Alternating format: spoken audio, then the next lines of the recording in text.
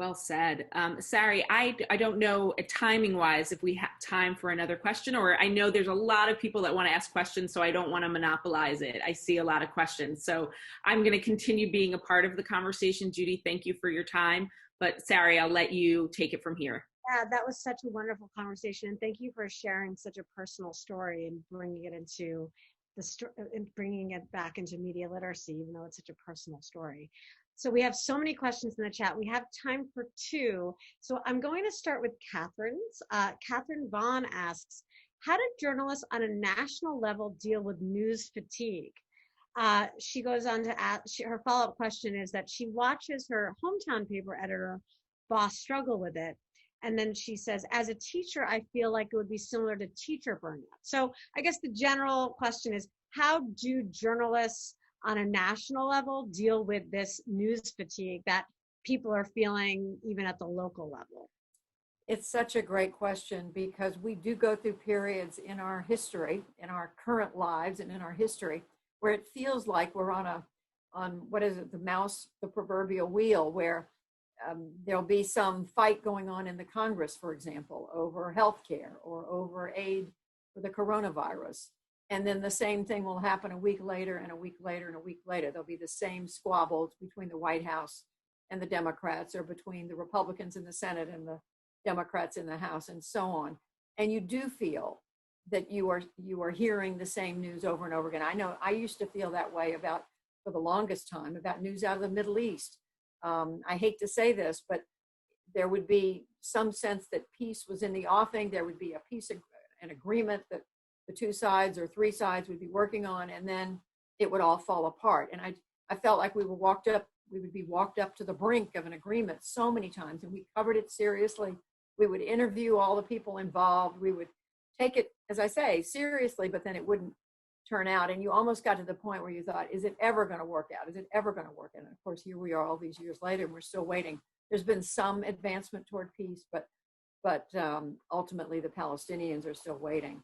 So I guess, to answer your question, we can't let ourselves get burned out. We can't let ourselves get tired. If you're committed to journalism, which I know I am, and my colleagues are at the NewsHour, and so many other reporters I know in Washington and around the country, it's what we do. I mean, we are committed to informing the American people and informing everyone who needs information in order to function as a citizen.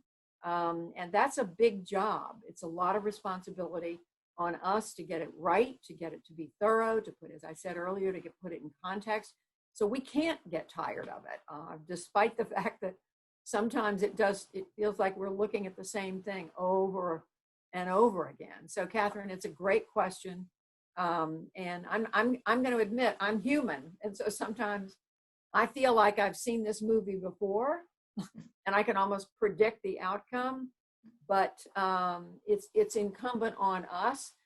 If it's something that matters, if it's an argument about funding for education, if it's an argument about peace in the Middle East, if it has to do with how do we treat people with COVID, those things matter. They matter in people's lives. So it's our job not to get bored and to make them as interesting and frankly urgent, and I mean that in a good way, I don't mean that in an artificial way, as possible, so that people will be more interested in following that story. Thank you so much. And I, as a teacher, I can relate to the fact that we have to fight that fatigue. And I appreciate your honesty that, but you're about the fatigue, but your love for something is what continues to fuel you, even on those days where it feels like I've seen this story before, or I've taught this lesson before. So thank you for that. So we have so many great questions. And just because you talked about interests and stuff related to the news, Christine asks, how do we keep young people interested in the news when the media has become so politically polarized? And one thing there are many things that I love about the NewsHour, but I love that you continue to stay nonpartisan and try to avoid that. But it's especially, you've gone through so many different cycles of elections and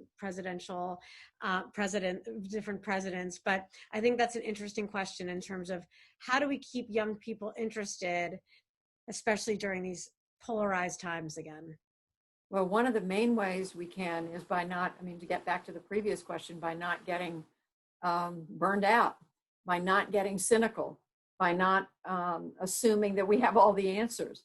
I mean, I frankly am very sad about how polarized, of course, the country is, but also how polarized much of the news media has become. Not all. I mean, the news hour, we're very committed to being a place where people of every political persuasion can turn for information that they can count on. We think it's essential that in this complicated world that we live in, that there's a place people can go where they know they can trust the information they're getting. We are committed to that, and so many other news organizations I trust and I turn to for information believe the same way. But in the middle of all that's happened over the last few decades, we've also become a much more opinionated media. I think for the longest time, it was carefully labeled. You know, you had the news pages in the newspaper, and then you had the editorial page or op-editorial pages in the newspaper. On television, I mean, I'm old enough to remember when the ABC, CBS, and NBC Evening News, they would have the anchor, the Walter Cronkite or the Huntley Brinkley. Then they would have occasionally somebody come on who was sort of the gray, wise guy. It was always a male reporter, longtime observer of American life, who would come on at the end of the show for about 2 minutes and kind of express an opinion, nothing like what we see today in our crazy atmosphere. But it was carefully labeled as, here comes opinion.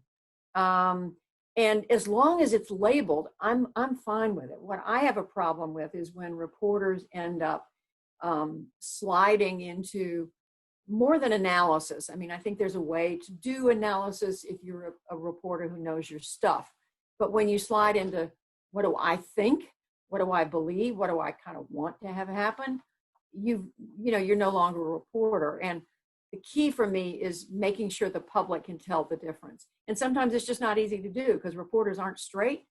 Some news people, I think, are not so straight. There are entire channels and news organizations now that are built around opinion, and they say they're reporting, but they really are reporting with a slant. I mean, they're looking for news that fits their point of view. And that's not the kind of journalism I want to do, but it's very much out there. And to get to your point quickly about young people, I want young people to know that there is a place that they can go for straight news, so they don't have to feel pushed to have an opinion. I'm not saying there's anything wrong with having an opinion. It's great. It's what democracy is all about. Thank God we can have opinions in the United States, and we don't get dragged out, thrown in jail, or shot because we don't agree with the government. So thank goodness we have this freedom that we do, but we still need to fight to uphold a strong and straight press, which is what we need to model for young people. Absolutely. And I appreciate your commitment to objectivity. And it's definitely a place where I direct my students because I want them to see that. Because yes, I agree, forming opinions is what we want students to do, young people do, and then adults as well. But we want to give them the facts and not necessarily put them in, we want them to get to the place of an opinion themselves without forcing it on them. So I appreciate the work and your commitment to doing that for your entire career.